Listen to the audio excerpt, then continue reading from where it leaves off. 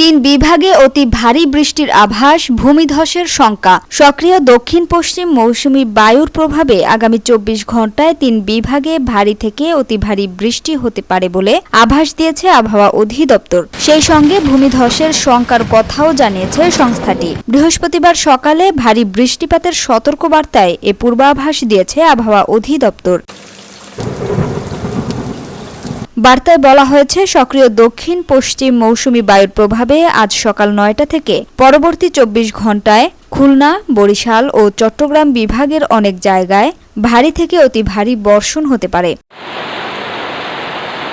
অতি ভারী বর্ষণের কারণে চট্টগ্রাম, রাঙামাটি, খাগড়াছড়ি, বান্দরবান ও কক্সবাজার জেলার পাহাড়ি এলাকার কোথাও কোথাও ভূমিধসের শঙ্কা রয়েছে। সেই সঙ্গে ভারী বর্ষণজনিত কারণে খুলনা, বরিশাল ও চট্টগ্রাম মহানগরীর কোথাও কোথাও অস্থায়ীভাবে জলাবদ্ধতা তৈরি হতে পারে। Samia Sultana, GBC television.